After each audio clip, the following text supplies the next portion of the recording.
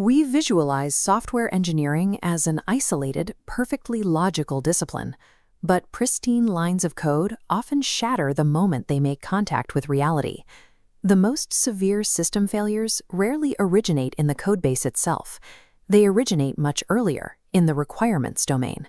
You can write a perfectly optimized, bug-free algorithm, but if it solves the wrong problem, it provides zero value to the end user.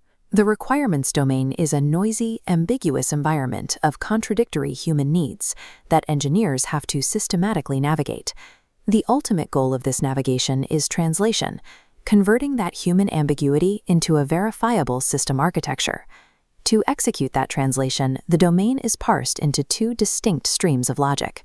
First, functional requirements dictate specific behaviors and data transformations. They define exactly what the software does. Second, non-functional constraints dictate cross-cutting quality attributes. They define how well the software performs. Extracting both sets of requirements from stakeholders is an intrinsically flawed process. Developing a viable system requires the engineer to actively parse complex realities instead of simply recording stakeholder wishes. System design begins with elicitation, the act of drawing requirements out of human stakeholders. Junior engineers often misjudge elicitation as a simple dictation exercise, transferring the user's mental model directly to the implementation model. But researchers identified three distinct interference patterns distorting this pathway: problems of scope, problems of understanding, and the continuous churn of volatility. Because of these three barriers, raw stakeholder input is unreliable and full of cognitive gaps. Users are inherently incapable of providing a mathematically complete picture of a system on their own. This makes elicitation the most failure-prone phase of the entire software lifecycle. Engineers have to actively cut through this stakeholder ambiguity to isolate actionable data. They begin by extracting the functional requirements from the raw text. This relies on identifying specific nouns to represent system actors and verbs to map out external behaviors. These extracted behaviors define the system's strict information flow, detailing how data is transformed as it moves through the application. The primary tool to model this behavior is the use case, mapping a specific actor to a specific action within a closed information domain. Use cases represent the software problem's essence, charting the exact sequence of human interactions completely independent of the underlying technology stack. While functional models capture the system's purpose, they represent a logical ideal. Moving this ideal into a live environment requires a secondary set of architectural boundaries. That brings us to those architectural boundaries, the systemic parameters required to keep the functional model operational. These are known as non-functional requirements, quality attributes, or extra functional properties.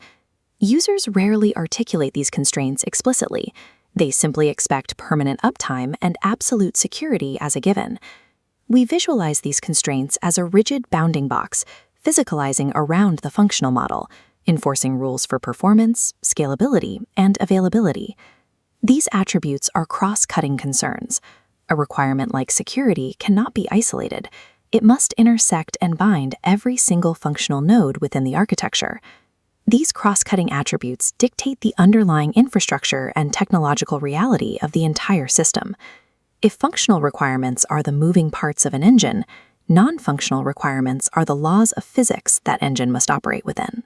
Deploying a system without a rigorously defined non-functional bounding box results in systemic collapse. Modern distributed web applications are the primary vector for these structural failures. An application functioning perfectly for 10 local users can grind to a halt the second it hits a production environment. We evaluate this instability using a dashboard tracking three mathematical load variables. N represents the scaling number of concurrent users, T represents the transaction rate processed over time, and D is the sheer data load processed per individual transaction. Because these variables are invisible to users, non-functional requirements must be aggressively estimated and load-tested independently of the system's core logic. This leads us to the final, unified view of software architecture. A complete requirements model is a delicate synthesis of action and constraint. The functional requirements map the user's intended journey through the information domain.